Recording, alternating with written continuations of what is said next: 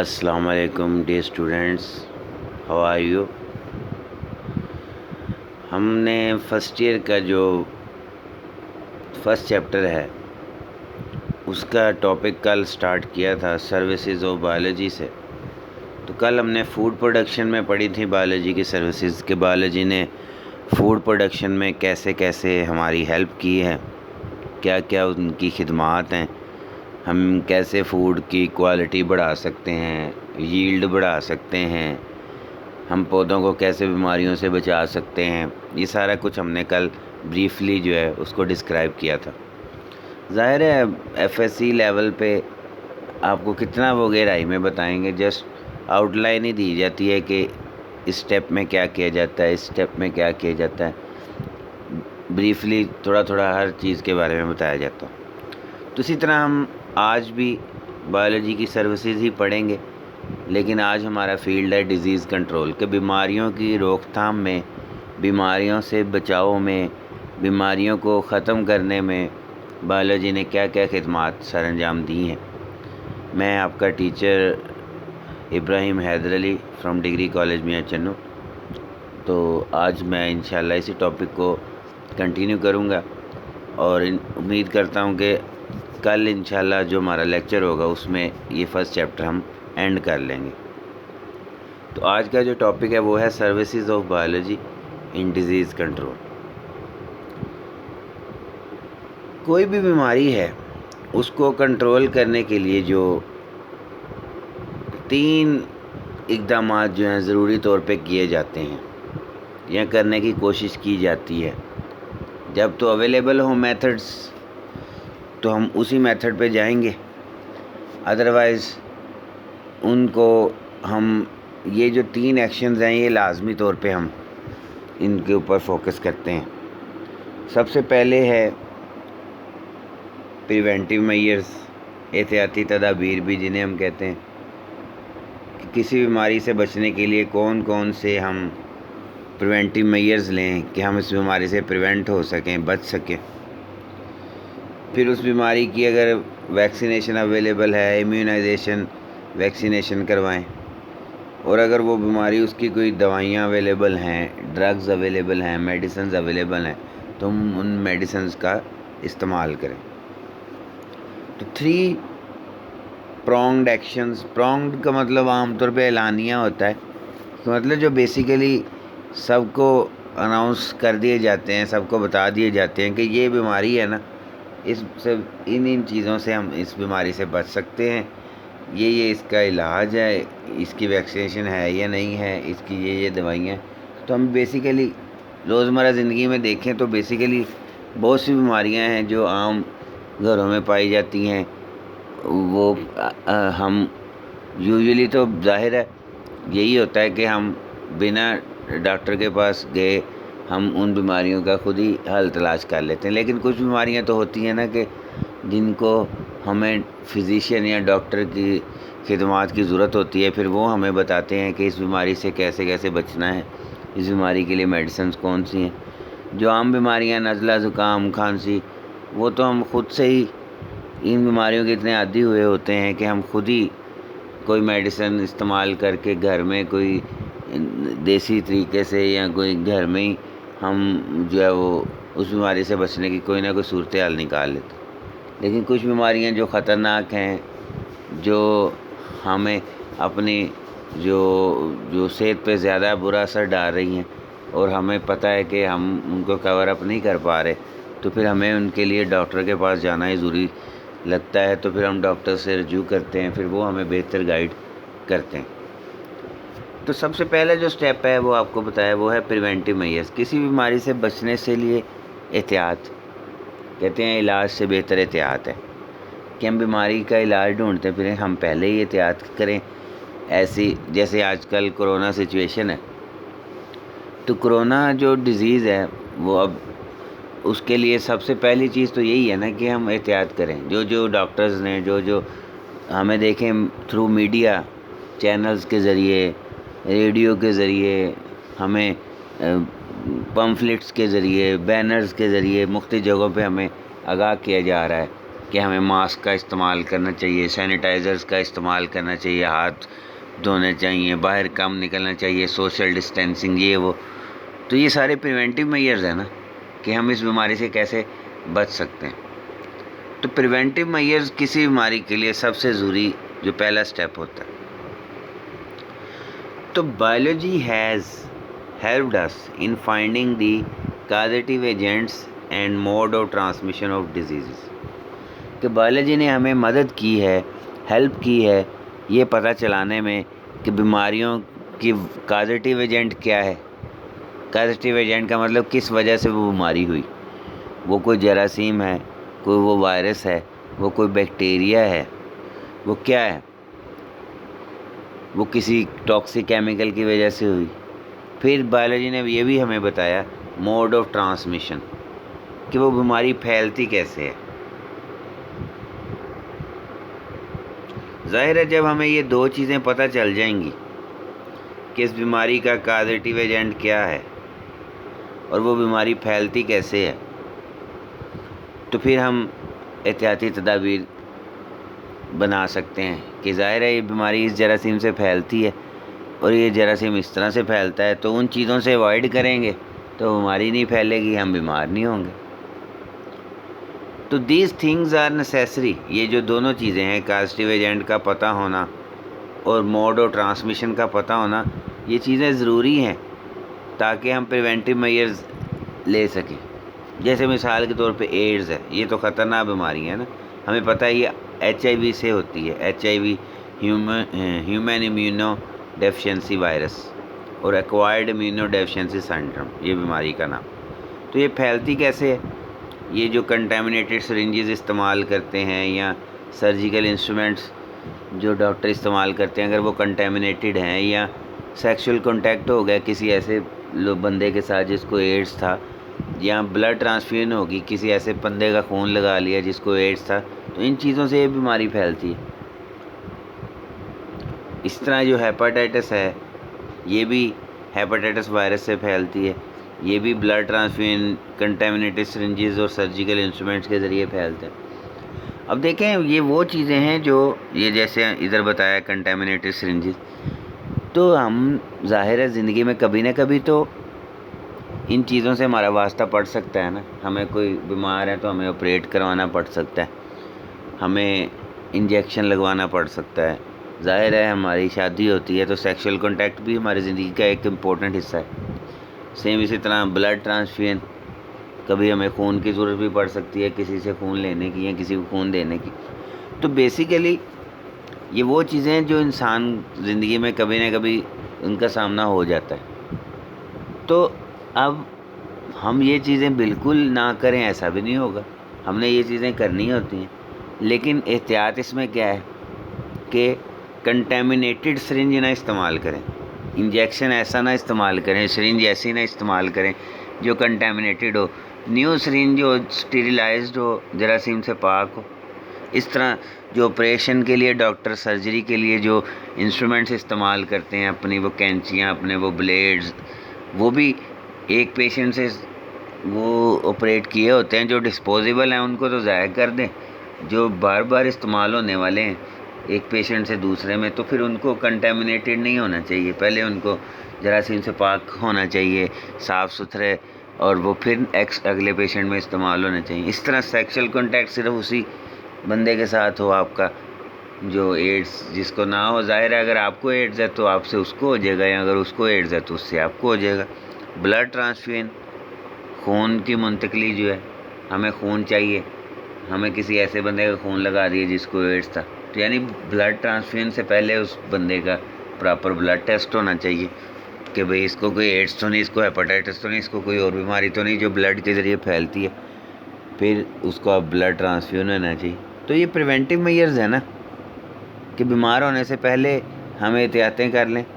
باقی بیماری تو کبھی بھی آ سکتی، کسی وقت بھی آ سکتی ہے. جس نے بیمار ہونا ہے وہ عام لوگوں میں یہ کنسیپٹ ہوتا ہے نا کہ بھئی چھوڑو پریں پریونٹیو میئرز، بیمار ہونا ہو جاتے ہو جائیں گے. بھئی ایسی بات نہیں ہے. بیماری جو ہے وہ کوئی بھی کام ہے زندگی میں اللہ کی مرضی کے بغیر نہیں ہوتا، لیکن احتیاط تو انسان نے کرنی ہے، کوشش انسان نے کرنی ہوتی ہے بیماریوں سے بچنے کے لیے. باقی ہونا بیمار نہ ہونا یہ تو اللہ تعالیٰ کے ہاتھ میں ہے کہ کوشش تو ہم نے کرنی نا. اب اگر ہم احتیاط ہی کرنا چھوڑ دیں پھر تو جس چیز کے چانسز تھے کم، احتیاط کرنے سے چانسز کم ہیں، اور بنا احتیاط کے تو چانسز 100% ہیں. پھر تو ہم اپنے آپ کے چانسز ہی تو کم کر رہے ہیں اس بیمار. جیسے ابھی کرونا سچویشن ہے، اگر ہم احتیاطی تدابیر استعمال نہیں کرتے، ہم کئی لوگوں کا تو یہ کنسیپٹ بھی ہے نا کہ یہ بیماری ہے ہی نہیں، ایویں بس ایک باہر سے فنڈز اکٹھے کرنے کا ذریعہ بنا ہوا ہے. ایسی بات نہیں ہے، بیماری ضرور ہے، لیکن ہم ایسے لوگ ہیں جب تک ہم خود اس سے جو افیکٹ نہ ہوں گے تو ہم یقین نہیں کریں گے. تو بیسیکلی افیکٹ ہونے سے پہلے ہی آپ یار احتیاط کریں. آپ ماسک کا استعمال کریں، سینیٹائزرز کا استعمال کریں، باہر کم نکلیں، لوگوں سے کم ملیں، سوشل ڈسٹینسنگ، سفر سے بچیں. تو یہ ساری چیزوں سے اگر ہم اوائڈ کریں گے تو ہم بیماری سے اوائڈ کریں گے. ہم ان چیزوں سے اوائڈ بھی نہیں کر رہے، اور ہم میں سے کئی لوگوں کو بیماری ہو بھی جاتی ہے. پھر جس کو تو ہوئی ہوتی ہے اس سے پوچھیں، پھر وہ آپ کو بتائے گا کہ کرونا کیا ہے. تو بیماری کوئی بھی ہوتی ہے اس کی پریونٹیو میئرز جو ہیں وہ ضروری ہیں. وہ علیحدہ بات ہے کہ اگر ہم بیمار ہو گئے تو پھر ہم اگلے سٹیپ پہ جائیں گے، ہم اس کی کوئی ویکسینیشن یا اس کا کوئی ہم کوئی اور میڈیسن کے ذریعے علاج ڈھونڈیں گے. تو ڈاکٹرز بھی ہمیں ایڈوائز کرتے ہیں، پر یہ ساری چیزیں پریونٹیو میئرز اور یہ ہمیں تبھی پتہ چلیں گی جب ہمیں بیماری کا کازیٹیو ایجنٹ پتہ چلے گا اور جب ہمیں اس کا موڈ آف ٹرانسمیشن پتہ چلے گا. یہ دو چیزیں جب تک نہیں پتہ چلتی تب تک ہم پریونٹیو میئرز بھی نہیں بتا سکیں گے. ایک بیماری ہے، ایک بندہ جو ہے وہ سانس کی بیماری سے اس کی ڈیتھ ہو گئی، تو جب تک ہمیں یہی نہیں پتہ چلے گا وہ بیماری کیا تھی، وہ بیماری انفیکشن کیسے ہوا، وہ کوئی بیکٹیریل انفیکشن تھا، وہ وائرل انفیکشن تھا، وہ اس میں آیا کیسے، تو ہم کیسے، اگر وہ بیماری پہلے سے ہی دنیا میں موجود ہے پھر تو کوئی نہ کوئی وہ ٹیسٹ ہوگا اس کا، اس سے پتہ چل جائے گا. اگر وہ کوئی ایسی بیماری ہے جو دنیا میں کبھی نہیں تھی نہیں اور نیولی انٹروڈیوسڈ ہوئی ہے، تو پھر جب ہمیں پتہ ہی نہیں چلے گا کہ وہ بیماری کس وجہ سے ہوئی اور وہ پھیلتی کیسے ہے، تو ہم اس کے پریونٹیو میئرز بھی نہیں بتا سکیں گے. اب جب وہ بیماری کی آہستہ آہستہ اس کے اوپر کام شروع ہوتا ہے، جیسے ایڈز ہے. اب ایڈز کے بارے میں پہلے سے تو نہیں پتہ تھا نا کہ یہ HIV سے ہوتا ہے، یہ تو اس کے اوپر ریسرچ ہوئی کہ یہ ایک وائرس ہے، HIV اس سے پھیلتا ہے اور وائرس ان چیزوں سے پھیلتا ہے. تو آج ہم نے پریونٹیو میئرز بنا دیے ہیں کہ یہ چیزیں اگر ہم نہ کریں تو پھر ہم اس بیماری سے بچ سکتے ہیں. تو یہ تھی پریونٹیو میئرز. دوسرا طریقہ جو بیماریوں سے بچنے کا ہے وہ ہے ویکسینیشن اینڈ امیونائزیشن. بایولوجی نے اس فیلڈ میں بھی ہماری بڑی ہیلپ کی ہے. ہم اس کو شارٹس کا نام بھی دیتے ہیں، ویکسینیشن کا نام بھی دیتے ہیں، امیونائزیشن کا نام بھی دیتے ہیں. تینوں نام مین مقصد یہی ہے کہ ہم اب یہ ایڈورڈ جینر جو ہے یہ پہلا سائنٹسٹ تھا جس نے یہ ویکسینیشن کی ٹرم جو ٹیکنیک ہے یہ ٹرم انٹروڈیوس کروائی 1796 میں. اب آپ کی بک میں مینشن تو نہیں ہے فرسٹ چیپٹر میں نے تھوڑا سا پھر بھی اپنی طرف سے یہاں لکھنے کی کوشش کی ہے کہ تقریباً مئی 1496 یعنی 14 مئی کو، تقریباً 14 مئی کا دن تھا 1796 میں، جینر نے کاؤ پوکس بلسٹر کہتے چھالا زخم. اصل میں وہ جو ایک عورت تھی جو گائے سے دودھ نکالتی تھی، دودھ دوتی تھی، اس کی سکن پہ دانے چھالے بنے ہوئے تھے کاؤ پوکس بیماری کے. کاؤ سے منتقل ہوئی تھی اس لیے بیماری کا نام تھا کاؤ پوکس.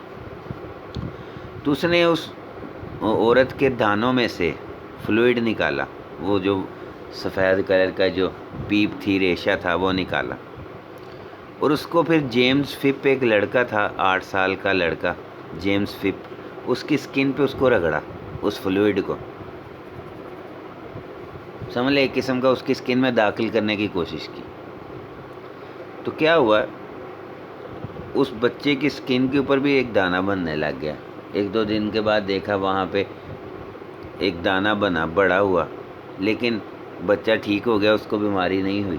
مطلب بیماری نہیں ہونے سے مراد اس بیماری میں ہوتا ہے کہ پوری سکن پہ دانے چھالے بن جاتے ہیں، لیکن جیمز فپ کے صرف اسی جگہ پہ بنا تھا جہاں پہ وہ سکریچنگ کی گئی تھی، پر وہی بنا تھا اور پورے جسم میں نہیں بنا تھا، اور وہ ریکور ہو گیا تھا۔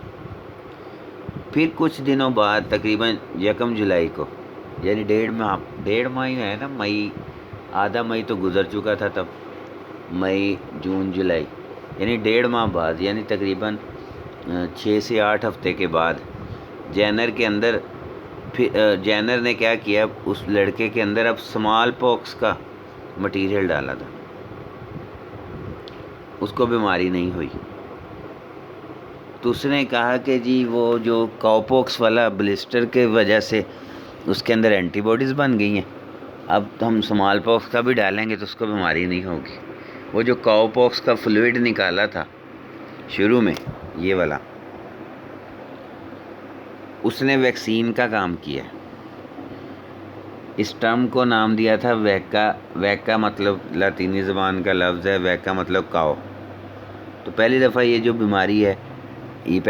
جو ٹیکنیک ہے یہ کاؤ سے ہمیں حاصل ہوئی تھی۔ ویکا فلوئڈ جو ہم نے حاصل کیا تھا پہلی دفعہ، وہ کاؤ سے حاصل کیا تھا، اس سے ایک بچے کی ویکسینیشن کی تھی۔ تو اس عمل کو ویکسینیشن بھی ہم وہ ویکا سے ہی کہتے ہیں۔ وہ مٹیریل کو نام دیا ویکسین اور اس عمل کو نام دیا ویکسینیشن۔ تو پہلے یہ ایک وبا سی جو پھیلی تھی، تو ڈاکٹر نے سارے جو ویکسین جو ہے یہ سکسیس کا مطلب کامیاب ہوا جنرل، تو ڈاکٹر نے پورے یورپ میں یہ ٹیکنیک استعمال کرنا شروع کر دی۔ پھر کافی تیزی سے اس بیماری میں کمی آئی تھی جب انہوں نے یہی ٹیکنیک استعمال کر کے یہ پوری، اب تو کہتے ہیں اسمال پاکس تو اس دنیا سے ختم ہی ہو چکی ہے۔ کیوں ختم ہو چکی ہے؟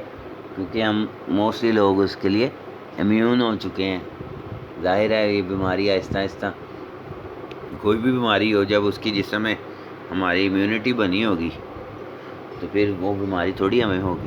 اور بھی بہت سی بیماریاں ہیں، پولیو، ووپنگ کف، کالی کھانسی، خسرہ، ممپس، کن پیڑے وغیرہ، ان کو بھی ویکسینیشن کے ذریعے کنٹرول کیا جاتا ہے۔ یہ تو 2-4 نام لکھے ہیں، اب تو ہزاروں بیماریاں جن کے لیے ویکسینیشن ہے، ان کا علاج کیا جاتا ہے ویکسینیشن کے ذریعے۔ تو پہلا تو سٹیپ تھا پریونٹیو میئرز، دوسرا سٹیپ یہ ہوتا ہے ویکسینیشن۔ اگر اس بیماری کی ہمارے پاس ویکسینیشن ہے، چاہے وہ بیکٹیریل ہے، وائرل ہے، کوئی بھی بیماری ہے، تو پھر ہم اس کی ویکسینیشن کر لیتے ہیں۔ ویکسینیشن سے بھی ہم اس بیماری سے بچ جاتے ہیں، اور وقتی طور پہ بھی بچ جاتے ہیں۔ اور ویکسینیشن کا ایک فائدہ یہ ہے کہ کئی بیماریوں کی ویکسینیشن تو زندگی میں ایک دفعہ کی جاتی ہے، پھر ساری عمر ہم اس بیماریوں سے محفوظ رہتے ہیں۔ جیسے پولیو ہے، بچپن میں بچوں کو قطرے پلا دیے جاتے ہیں، وہ ویکسینیشن ہی کی جا رہی ہے، تو پھر وہ تھرو آؤٹ لائف وہ بچہ اس بیماری سے محفوظ ہو جاتا ہے۔ کچھ بیماریوں کی ویکسینیشن اس طرح کی ہوتی ہے کہ عارضی طور پہ، وقتی طور پہ آپ کا علاج ہو گیا، آپ بیماری سے بچ گئے، نیکسٹ ٹائم بھی پھر دوبارہ کرنی پڑتی ہے۔ اور کچھ بیماریوں کی ویکسینیشن جو ہے وہ ایک دفعہ زندگی میں کروا لیں تو پھر ساری عمر وہ بیماری ہمیں نہیں ہوتی۔ پھر جو نیکسٹ جو سٹیپ ہے وہ ہے ڈرگ ٹریٹمنٹ، یعنی آپ بیمار ہو گئے، کوئی آپ کو بیسیکلی وائرل ڈیزیز بھی ہو سکتی ہے، بیکٹیریل ڈیزیز بھی ہو جاتی ہے۔ جو بیکٹیریل ڈیزیز ہیں نا، ان کے لیے تو اینٹی بائیوٹکس ہوتی ہیں مارکیٹ میں اویلیبل، مختلف اینٹی بائیوٹکس ہیں۔ آپ ڈاکٹر کے پاس جاتے ہیں، وہ آپ کو کوئی اینٹی بائیوٹک لکھ دیتا ہے۔ اینٹی بائیوٹکس جو ہیں وہ جیسے اسٹیپٹومائسین، پینیسلین، ٹیٹراسائکلین، یہ تو 2-4 نام ہیں، اس طرح سینکڑوں ہزاروں اینٹی بائیوٹکس ہیں مارکیٹس میں اویلیبل ہیں۔ اور اینٹی بائیوٹکس جو ہیں وہ اپنی مرضی سے ہمیں استعمال نہیں کرنی چاہیے۔ اینٹی بائیوٹکس جو ہیں وہ ڈاکٹر کی ہدایت کے مطابق ہی استعمال کرنی چاہیے، کیونکہ یہ بہت زیادہ مطلب تیز دوائی ہوتی ہے، اور اس نے اگر ہم اس کو غلط استعمال کر لیں، ڈاکٹر نے کہا تھا 5 دن استعمال کرنی ہے اور دن میں 1 ٹائم کھانی ہے، ہم نے دن میں 2 ٹائم کھانا شروع کر دی، اور 5 دن کی خوراک کو ہم نے 2 دنوں میں ختم کر لیا۔ تو اس طرح سے کرنے سے پھر یہ ہوگا کہ وہ آپ کی جو اینٹی بائیوٹک ہے وہ آپ کے سائیڈ ایفیکٹس بھی ہو سکتے ہیں، وہ آپ کے نروس سسٹم پہ اٹیک کر سکتی ہے، وہ آپ کو کوئی الرجک ریئیکشنز ہو سکتے ہیں، وہ آپ کے دانتوں پہ اثر کر سکتی ہے، آپ کے جسم میں آپ کی ڈیتھ بھی ہو سکتی ہے، وہ میٹابولزم پہ بھی اثر کر سکتی ہے۔ تو پہلی بات تو اینٹی بائیوٹک جو ہے وہ اپنی مرضی سے نہیں کھانی چاہیے۔ 2-4 اینٹی بائیوٹکس کے ہمیں نام یاد ہیں جی، ہم کیا کرتے ہیں، ڈاکٹر کے پاس جائے بغیر خود ہی اپنی مرضی کی کوئی اینٹی بائیوٹک لے آتے ہیں، جی یہ والی کھا لو، بچے بھی گھر میں بیمار ہو جاتے ہیں، 1-2 اینٹی بائیوٹکس ہمیں پتہ ہے بولے، ڈاکٹر کے مشورے کے بغیر اینٹی بائیوٹک نہیں استعمال کرنی چاہیے۔ اور جو وائرل ڈیزیزز ہوتی ہیں ان کے لیے اینٹی بائیوٹکس ہوتی نہیں ہیں، اور میڈیسنز ہوتی ہیں اور طریقہ کار ہیں۔ اینٹی بائیوٹک کا اثر صرف بیکٹیریل ڈیزیزز پہ ہوتا ہے، اور اینٹی بائیوٹک اب تو اتنی زیادہ مقدار میں اینٹی بائیوٹکس بن رہی ہیں کہ اس کے لیے ایک اور مسئلہ یہ پیدا ہو رہا ہے کہ جی جو بیکٹیریا ہو رہے ہیں، بیکٹیریا کے اندر ایک ریزسٹنس پیدا ہوتی جا رہی۔ کئی بار یہ ہوتا ہے نا کہ ہم اینٹی بائیوٹک استعمال کرتے ہیں 2 دن، تو ڈاکٹر نے کہا تھا ہفتہ استعمال کرنی ہے، ہم نے 2 دن استعمال کی، پھر کرنا چھوڑ دی، پھر 3-4 دن کے بعد ہم جب دوبارہ سے وہ اینٹی بائیوٹک استعمال کریں گے تو وہ اینٹی بائیوٹک ہماری باڈی پہ افیکٹ ہی نہیں ہوگا، کیونکہ جو بیکٹیریا ہیں ہماری باڈی میں موجود ہوتے ہیں وہ اس کے لیے ریزسٹنس پیدا ہو چکی ہوتی، پھر ہمیں اینٹی بائیوٹک چینج کرنی پڑتی، تو اس لیے بیماریوں کی روک تھام میں پھر مسائل پیدا ہوتے ہیں۔ اگر ہم ایک ہی اینٹی بائیوٹک استعمال کریں اور انفیکشن ختم نہ ہو تو پھر ہمیں چینج کرنی پڑتی، کیونکہ اس اینٹی بائیوٹک کے لیے جو ہے وہ ریزسٹنس پیدا ہو چکی ہوتی ہے۔ پھر کئی بیماریاں ایسی ہیں جیسے کینسر وغیرہ، اس کے لیے بھی علاج ہمارے پاس ہوتے ہیں۔ کیمو تھراپی ہے ایک، کہ ہم کیمیکلز کے ذریعے کیمو، جیسے مطلب برین ٹیومر ہے یا کوئی اور جگہ پہ کینسر ہو گیا ہے باڈی کے، تو کیمو تھراپی کی جاتی ہے۔ کیمیکلز ایسے ہمارے پاس موجود ہیں جو ہم اینٹی کینسر کیمیکلز انہیں ہم کہتے ہیں، تو وہ جسم میں انجیکٹ کیے جاتے ہیں، تو وہ اینٹی کینسر کیمیکلز کا مقصد کیا ہوتا ہے کہ وہ پھر وہ کینسر والے پارٹ کو، کینسر والے سیلز کو ڈسٹرائے کرتے ہیں۔ پر ان کا ایک نقصان یہ ہوتا ہے کہ اینٹی کینسر کیمیکلز جو ہیں وہ پھر آپ کے نارمل سیلز کو بھی کل کر دیتے ہیں۔ پر ظاہر ہے اب اویلیبلٹی پہ ڈپینڈ کرتا ہے نا، اب میتھڈ ہی ہمارے پاس وہ ہے، اور ڈاکٹر نے بھی ریفر کیا کہ کیمو تھراپی ہوگی تو پھر ظاہر ہے کروانی پڑتی ہے۔ اور اس کے ساتھ جو ہے وہ کئی بار تو بہت زیادہ یہ ریلائبل آپ کہہ لیں گے علاج ہے کہ ہم کینسر سے سروائیو بھی کر جاتے ہیں۔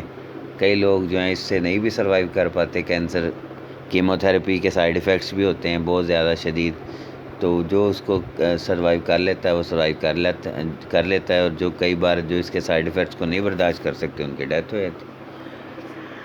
اور کئی بار ایسا بھی ہوتا ہے کہ جی ہمارے پاس ریڈیو تھراپی بھی موجود ہے، ہم ریڈیو تھراپی بھی کرتے ہیں۔ ریڈیو تھراپی میں کیا ہوتا ہے کہ شعاعیں وغیرہ جو ہیں وہ کسی ریڈیو ایکٹیو مٹیریل سے شعاعیں گرائی جاتی ہیں۔ اب تو یہ پراپر ایک مشین ہے، ہم اس میں مریض کو لٹا دیتے ہیں، جس جسم کے حصے میں وہ کینسر ہے اس کے اوپر شعاعیں گرائی جاتی ہیں۔ وہ شعاؤں کا مقصد بھی یہی ہوتا ہے، وہ بیسیکلی جو شعاعیں ہیں وہ کینسر سیلز پہ گرائی جاتی ہیں، وہ کینسر سیلز کی ڈیتھ ہو جاتی ہے اور ہم پیشنٹ جو ہے وہ کینسر سے بچ جاتا ہے۔ تو کیمو تھراپی بھی ہوتی ہے، ریڈیو تھراپی بھی ہوتی ہے۔ اس طرح کوئی بیماریاں ایسی ہوتی ہیں جو جینیٹک ہوتی ہیں، مطلب کوئی جین ہے ہماری باڈی میں ایسا جو فالٹی ہے، جس میں ڈیفیکٹ ہے، اس کی وجہ سے وہ بیماری ہو گئی، تو وہ بیماری جتنی مرضی ہم دوائیاں استعمال، وہ بیماری پھر اس طرح سے نہیں ختم ہوگی کہ کوئی دوائی ہم استعمال کر لیں، کوئی اینٹی بائیوٹک استعمال کر لیں، کوئی کچھ، کیونکہ وہ جینیٹک ہے، اس کا تعلق جین کے ساتھ ہے، تو وہ جین ہی ختم کرنا پڑے گا، جین کا علاج کرنا پڑے گا، تو اس کے لیے ہوتی جین تھراپی۔